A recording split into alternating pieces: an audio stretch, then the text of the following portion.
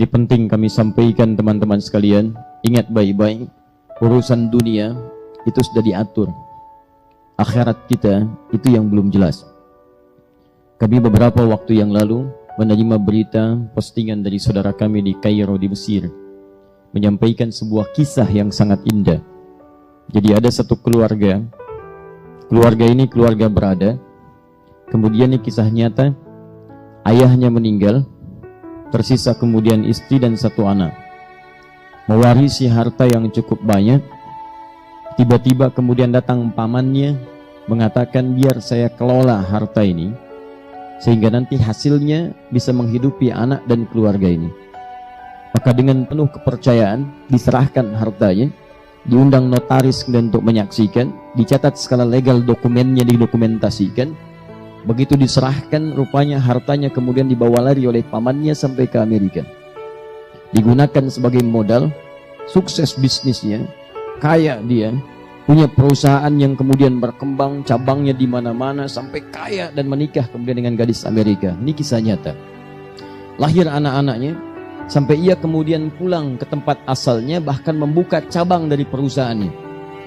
Yang paling miris, ibu dan anak tadi, anak yang berkembang yatim ini, kemudian tergadaikan hartanya oleh pamannya. Nyata kisah ini. Tiba-tiba ingin melamar pekerjaan di tempat pekerjaan pamannya, datang ke rumahnya sampai diusir oleh pamannya. Kamu jangan ada di sini, pergi dari sini. Baik. Apa yang terjadi?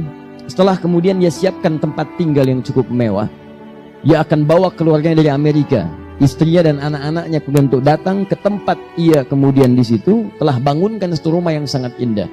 15 tahun berlalu dari peristiwa diambilnya harta itu, telah berkembang selama 15 tahun.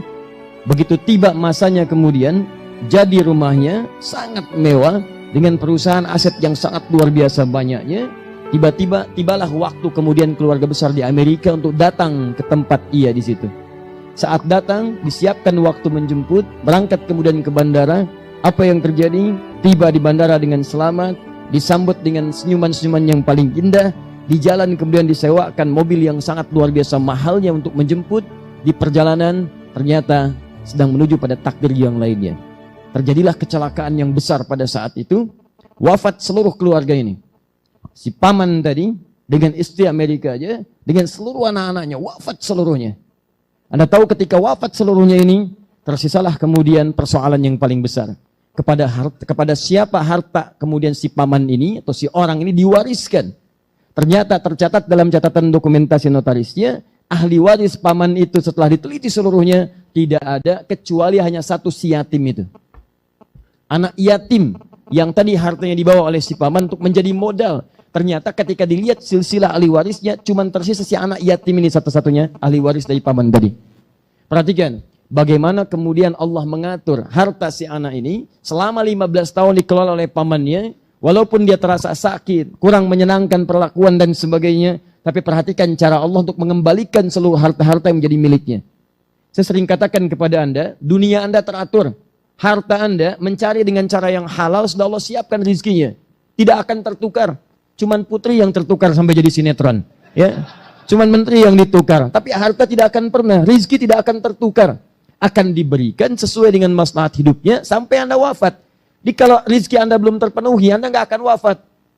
Demi Allah saya katakan, rizki bersanding dengan kematian. Rizki terpenuhi, baru datang ajal.